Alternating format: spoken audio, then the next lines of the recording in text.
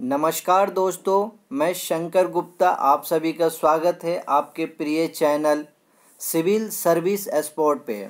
आज मैं आपके लिए लेकर आया हूँ न्यू एजुकेशन पॉलिसी 2020। अभी इसमें मैं जो डिस्कस करूँगा, इसमें पीटी एंड मेंस दोनों के पॉइंट ऑफ व्यू से मैं डिस्कस करूँगा और काफ़ी विस्तार में विश्लेषणपूर्ण इसका चर्चा किया जाएगा। और किसी भी देश, एक कहावत है कि किसी भी देश के विकास में हमेशा से शिक्षा का एक विशेष महत्व रहा है। इसी कारण से प्रत्येक राष्ट्र द्वारा शिक्षा व्यवस्था में निरंतर सुधार लाने की कोशिश करना अत्यंत स्वाभाविक है। इसी को देखते हुए भारत सरकार ने 34 वर्ष बाद भारत में नई शिक्षा नीति की घोषणा की गई है। बहुत बड़े विद्वान का कहना है कि जब किसी देश में कोई बड़ा बदलाव करना हो तो सबसे पहले उनकी शिक्षा नीति को बदलना चाहिए। भारत सरकार के मानव संसाधन विकास मंत्रालय ने नई शिक्षा नीति 2020 की घोषणा की है। आइए इसके बारे में हम काफ़ी विस्तार से प्रश्न को देखते हुए इसका हम चर्चा करते हैं। आइए पहला क्वेश्चन हम लोग देखते हैं कि मानव संसाधन विकास मंत्रालय, जिसको हम लोग कहते हैं शॉर्ट फॉर्म में HRD मिनिस्ट्री, ठीक है, का नाम बदलकर अभी जो क्या रखा गया है, तो इसका आंसर हो जाएगा डी, शिक्षा मंत्रालय इसका नाम कर दिया गया है। ठीक है, आइए नेक्स्ट क्वेश्चन हम लोग देखते हैं। नेक्स्ट क्वेश्चन है कि नई शिक्षा नीति, ठीक है, नई शिक्षा नीति में कौन से बोर्ड परीक्षाओं को हटा दिया गया है।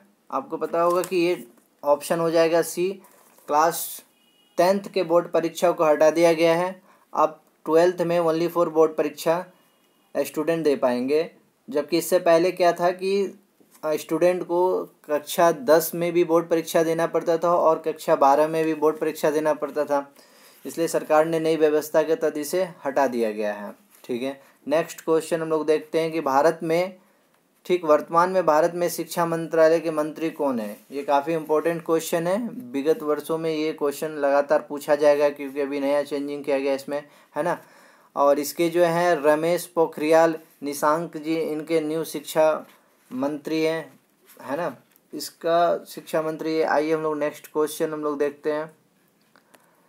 नेक्स्ट क्वेश्चन, एक सेकेंड, पीछे वाले स्लाइड में है नेक्स्ट क्वेश्चन। 4th नंबर हम लोग क्वेश्चन देखते हैं कि कितने साल बाद भारत में एक नई शिक्षा नीति लागू किया जा रहा है। तो ये है 34 वर्ष बाद इसको लागू किया जा रहा है ना। आप आंसर देख सकते हैं, इसका आंसर बी हो जाएगा। 34 वर्ष बाद इसे लागू किया जा रहा है। ठीक है, 34 वर्ष बाद इसे लागू किया जा रहा है। आइए हम लोग नेक्स्ट क्वेश्चन देखते हैं। 5th नंबर है कि भारत में अब तक कितनी बार शिक्षा नीति, ठीक है, नीति को लागू किया गया है। तो ये हो जाएगा 3 बार लागू किया गया है। अब मैं यहाँ बताता हूँ, सबसे पहला जो शिक्षा नीति लाया गया था, मतलब 1968 में। सेकेंड टाइम जब लाया गया है वो 1986 में, और अभी जो रिसेंट में ये आया है 2020 में। तो आप इस तरह से देख सकते हैं, याद रखिए 68, 86 और 2020 में ये तीसरा संशोधन है। और मैं ये बता देना चाहता हूँ कि यहाँ पे 1992 में भी संशोधन किया गया था लेकिन शिक्षा नीति में, लेकिन वो काफ़ी माइनर, काफ़ी छोटा सा संशोधन था, इसलिए इसको सरकार के द्वारा काउंट नहीं किया गया है।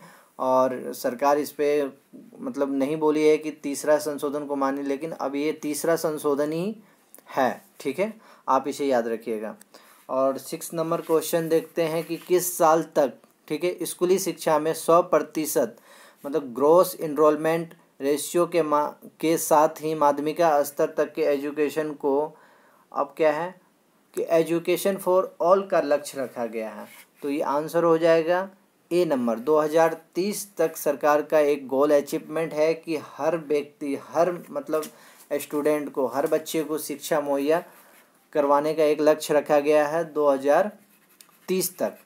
ठीक है, उसके बाद हम लोग नेक्स्ट क्वेश्चन देखते हैं। नेक्स्ट क्वेश्चन है कि राष्ट्रीय शिक्षा नीति, ठीक है, राष्ट्रीय शिक्षा नीति 2020 के तहत कॉलेजों को कितने समय बाद चरणबद्ध तरीके से ऑटोनोमस, ठीक है, बनाने की बात कही गई है।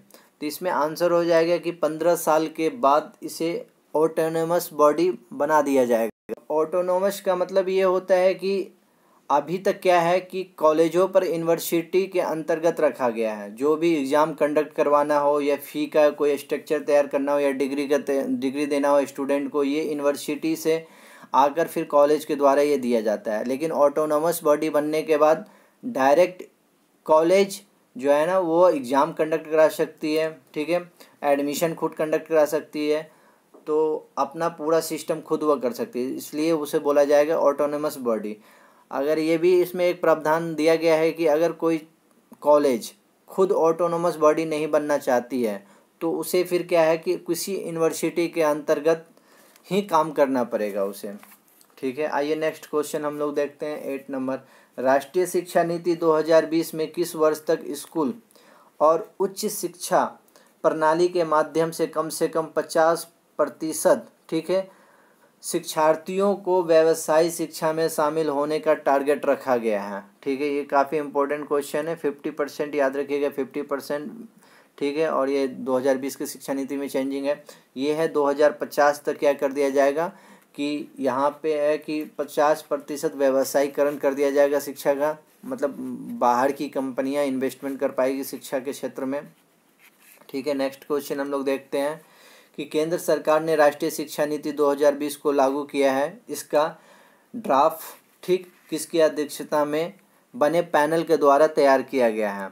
ये काफ़ी इंपॉर्टेंट क्वेश्चन है कि आपसे पूछ दिया जाएगा कि ये जो अभी नई शिक्षा नीति आई है वो किस ड्राफ्ट और किसकी अध्यक्षता में की गई है, ठीक है।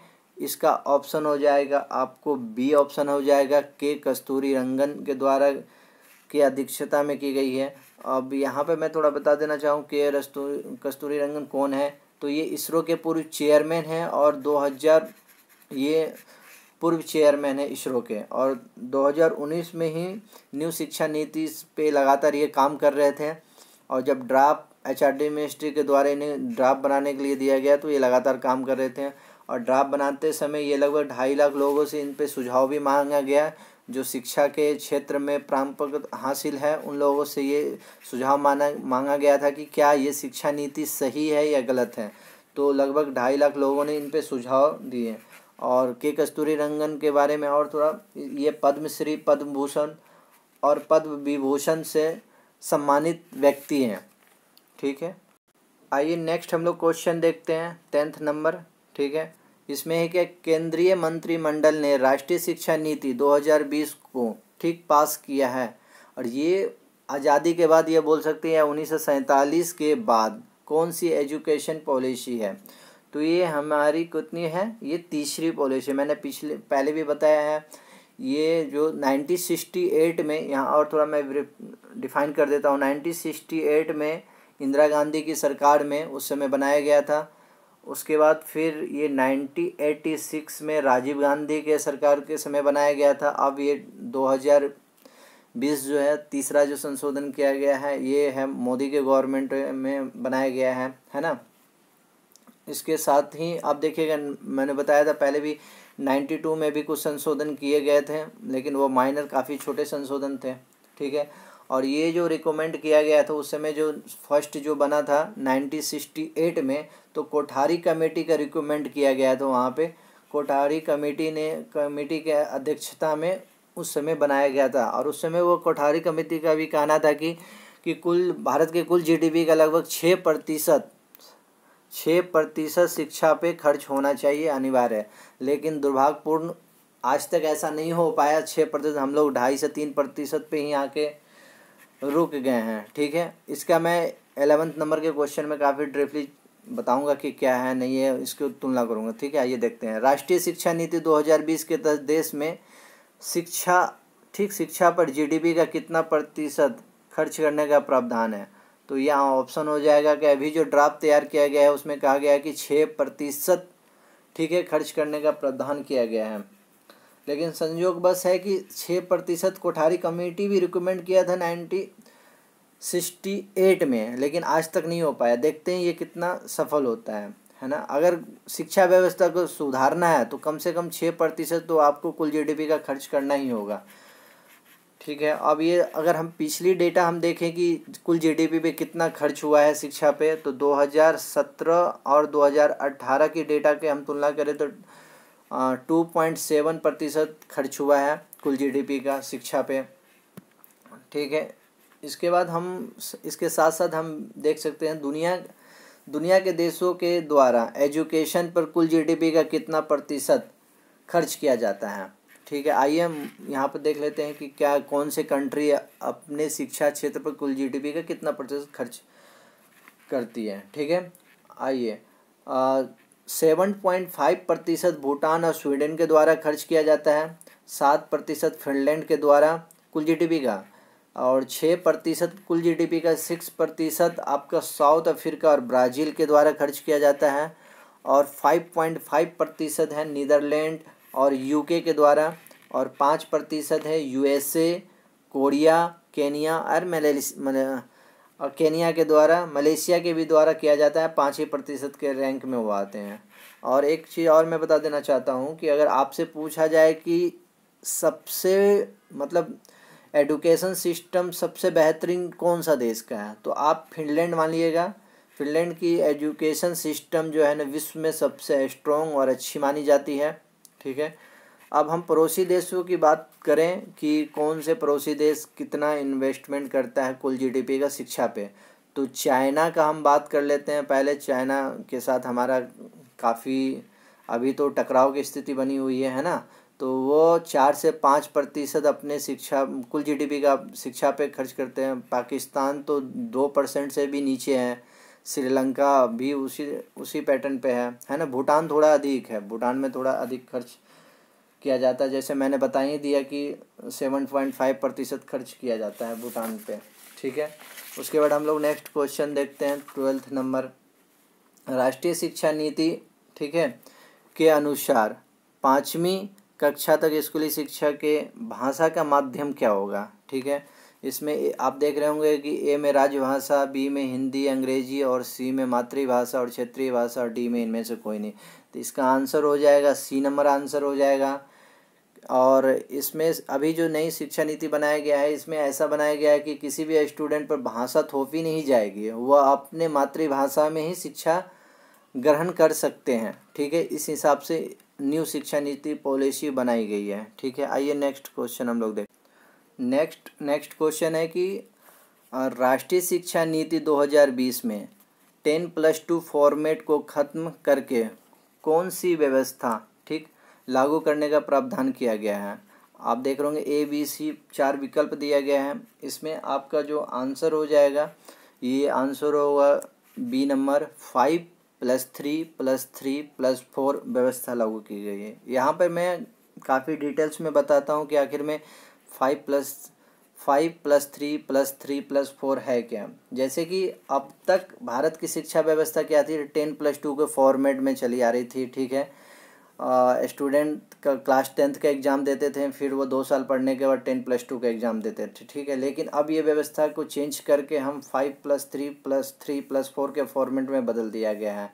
तो इसमें है कि पहले 5 वर्ष की पढ़ाई को हम कहेंगे क्या चीज़, फाउंडेशन अवस्था रहेगी, ठीक है।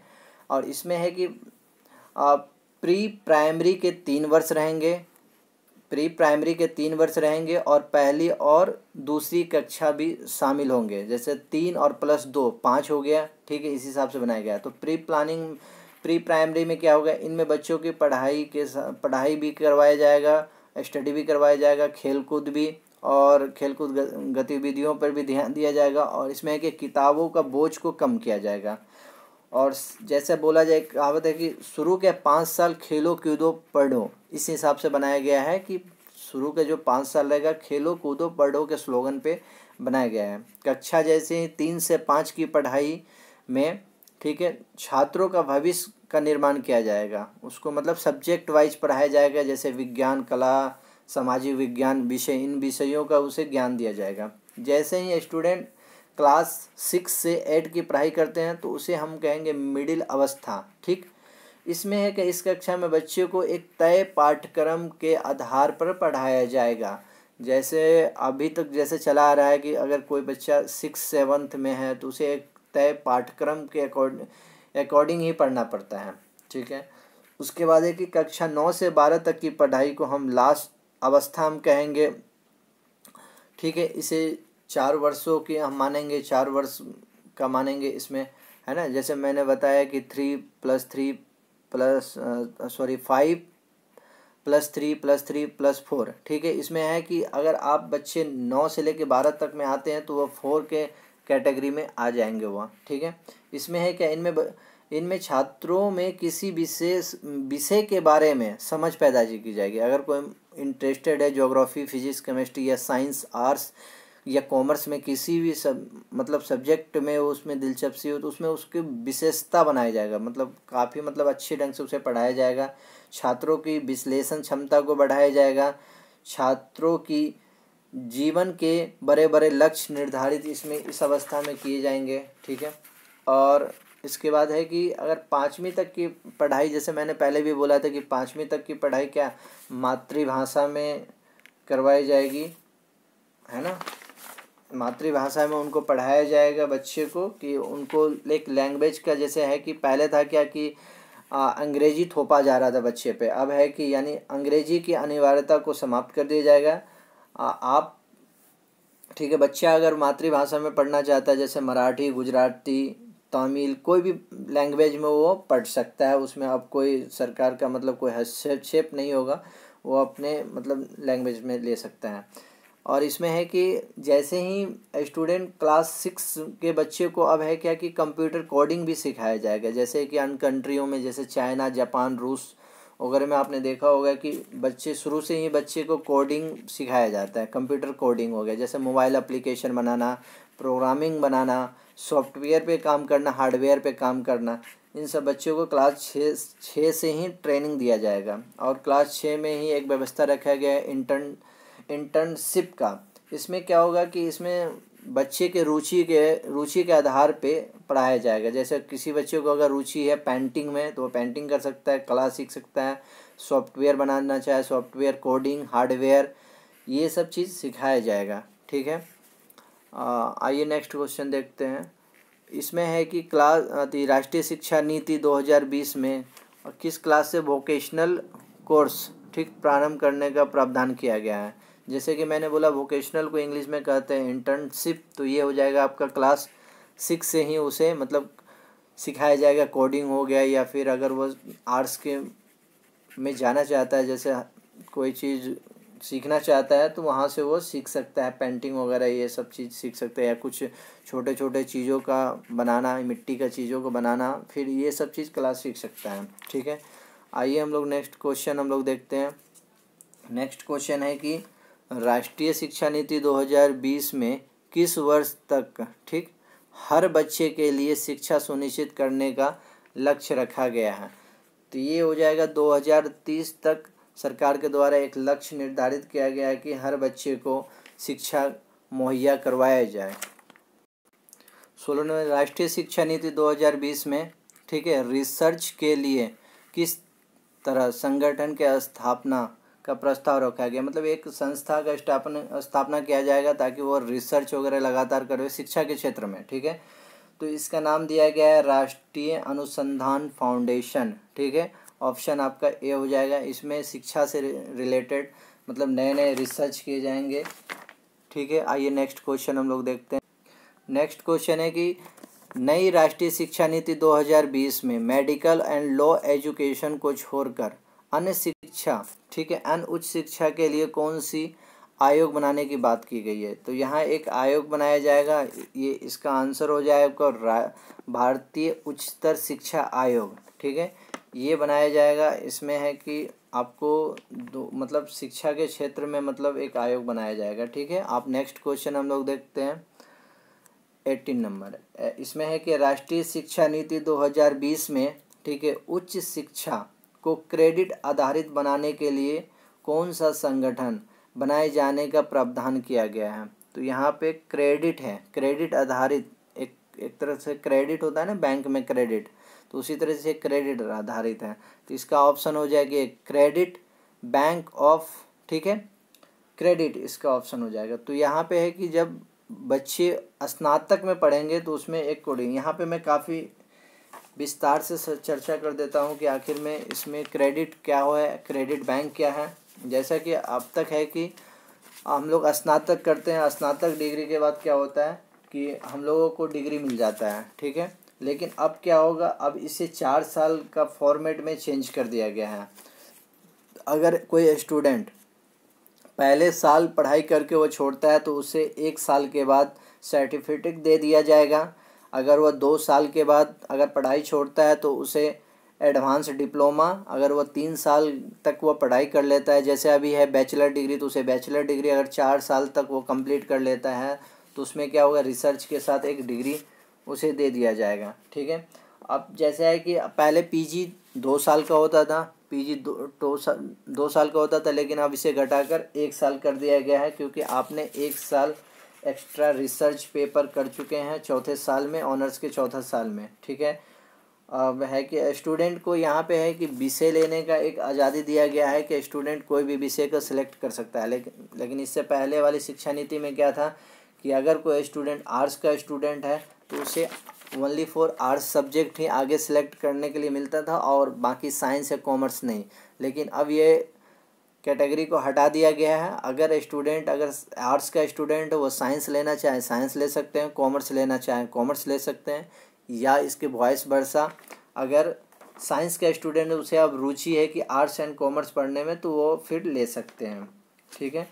इसके बाद एक चीज़ और है, यहाँ पे जो व्यवस्था लाया गया है, हमने बोला कि first year, second year, third year में अगर स्टूडेंट कोई लेके मतलब क्लास 1 साल पढ़ के उस छोड़ देता है, अगर वो 2-3 साल के बाद से पढ़ाई स्टार्ट करना चाहता है तो वो अब है कि इसमें इस व्यवस्था के तहत कर सकता है, ठीक। पहले क्या था कि अगर हमने लगातार 3 सालों तक पढ़ाई नहीं किया तो हमें स्नातक की डिग्री नहीं दी जाती है, हमारे 3 साल बर्बाद हो जाते थे। लेकिन अब क्या व्यवस्था, इस व्यवस्था का नाम दिया गया है multi entry and multi exist वाली व्यवस्था कहा गया है।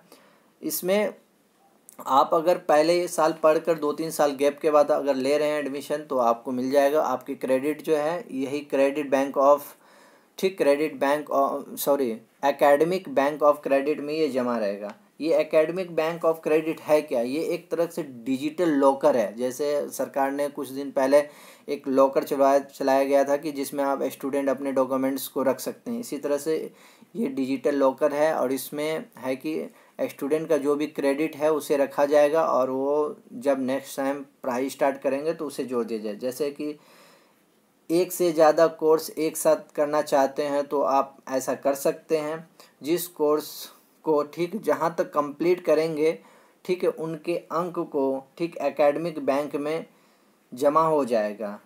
जब आप फाइनल डिग्री के लिए कोई भी कोर्स करेंगे तो उस क्रेडिट को इसमें जोड़ दिया जाएगा। ये पूरी व्यवस्था ऑनलाइन होगी, ठीक है। इसके बाद हम लोग नेक्स्ट क्वेश्चन देखते हैं कि नेक्स्ट क्वेश्चन क्या है, ठीक है। नेक्स्ट क्वेश्चन 19 नंबर देखते हैं कि भारतीय संविधान में शिक्षा, ठीक, क्यों किस सूची के अंतर्गत रखा गया है। आप ऑप्शन देख रहे होंगे, संघ सूची, राज्य सूची, समवर्ती सूची, इनमें से कोई नहीं। तो इसमें ऑप्शन हो जाएगा सी नंबर, समवर्ती सूची के तहत शिक्षा को रखा गया है। इसके बाद हम नेक्स्ट क्वेश्चन देखते हैं, भारत की प्रथम शिक्षा नीति कब लागू किया गया। मैंने पहले भी बताया 1968 में इसे लागू किया गया है। लास्ट क्वेश्चन देखते हैं, इसमें है कि नई शिक्षा नीति के तहत, ठीक है, कितनी उम्र तक के बच्चे को निःशुल्क शिक्षा, ठीक, उपलब्ध कराने का एक प्रावधान किया गया है, ठीक है।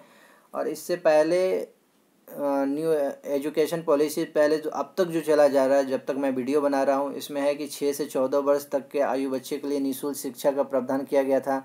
लेकिन जैसे ही ये शिक्षा व्यवस्था न्यू शिक्षा नीति 2020 लागू होगी, इसमें है क्या, आपका 3 से लेके, ठीक है, 18 वर्ष तक के बच्चे को निःशुल्क शिक्षा मुहैया करवाई जाएगी। जैसा कि भारतीय संविधान में आर्टिकल 21A में कहा गया है, राइट टू एजुकेशन एक्ट के तहत, ठीक है, इसको मतलब सम्मिलित किया जाएगा, ठीक, वहाँ भी चेंजिंग किया जाएगा इसे निःशुल्क। और शिक्षा का आप जानते हैं कि शिक्षा का अधिकार एक क्या है, मौलिक अधिकार है। ये भी क्वेश्चन आपसे पूछा जा सकता है कि शिक्षा का अधिकार कौन से अधिकार के अंतर्गत आता है, तो मौलिक अधिकार। थैंक यू दोस्तों, इस वीडियो को देखिए, आप लाइक कीजिए एंड शेयर कीजिए। एंड सब्सक्राइब कीजिए और अधिक से अधिक वीडियो दोस्तों के पास इसे फॉरवर्ड कीजिए। और जो भी आप इससे रिलेटेड कोई भी क्वेश्चन हो तो आप कृपया करके आप मुझे कमेंट में पूछ सकते हैं। ठीक है, थैंक यू दोस्त।